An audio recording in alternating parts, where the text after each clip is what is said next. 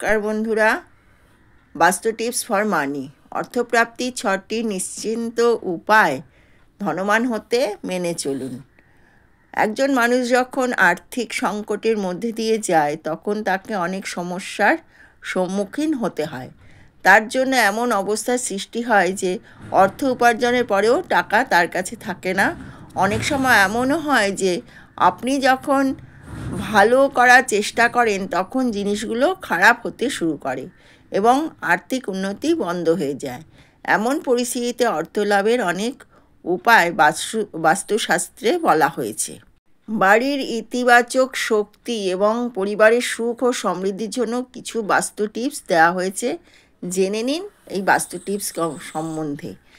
1 নম্বর, বাস্তুশাস্ত্র অনুসারে জীবনে সাফল্য পেতে একজন ব্যক্তির সর্বদা উত্তর পূর্ব অর্থাৎ উত্তর পূর্ব কোণ পরিষ্কার রাখা একান্ত প্রয়োজন। এর ফলে ঘরে অর্থনৈতিক সচ্ছলতা বৃদ্ধি পায় এবং ব্যক্তির উন্নতি হয়। হিন্দু ধর্মে তুলসী গাছকে পূজনীয় বলে মনে করা হয়। বাস্তুশাস্ত্র অনুসারে বাড়ির উত্তর পূর্ব দিকে তুলসী গাছ লাগাতে হবে।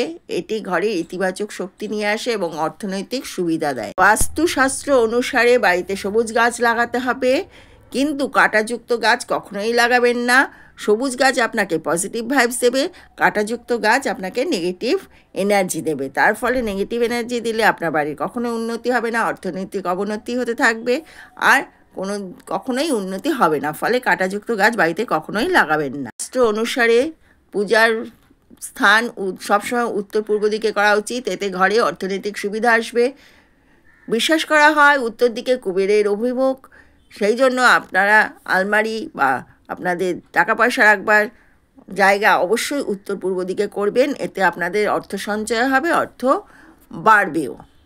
ভিডিওটি ভালো লাগলে লাইক, কমেন্ট, শেয়ার করে দেবেন। নমস্কার।